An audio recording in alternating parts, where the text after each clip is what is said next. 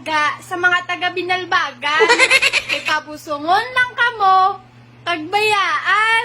Duro, baka mawakal, pagilipos sa muda. Are, kung pagbalangga lang atong nga pagambalan, tilawin nyo ang mga taga-Kabangkalan. Kaya di rin nyo lang yan makita ang pagbalangga nga halin sa buhok, asa sa may dapa-dapa. Kaya kadilapan. Oo, tama ng desisyon mo.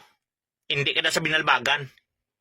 Pero pwede ka man nakapili sa ilaw, sa Kabangkalan. Pero ang the best ko nga manikamenda sa imo, taga-Kawayan. Pwede ta kaya daloon sa langit. Nga dila lang ang gamit. Ops, ano to yung nabatian, Kuya Man? May taga-Binalbagan, may taga-Kabangkalan, may taga-Kawayan.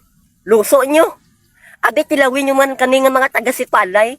Kitwa sigidogi kami niya sa ginatawag na pagpalanggaan nay. Ops, ano ang ginahambal nyo nga taga-Bangkalan, taga-Binalbagan, taga-Sipalay?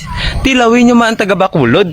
Sagad naman bagbalod-balod, galoo pa ang pusod, kag hindi pa butod. Kag labi na gid sa tanan, sa hindi mo miga, hapos mo tilapan.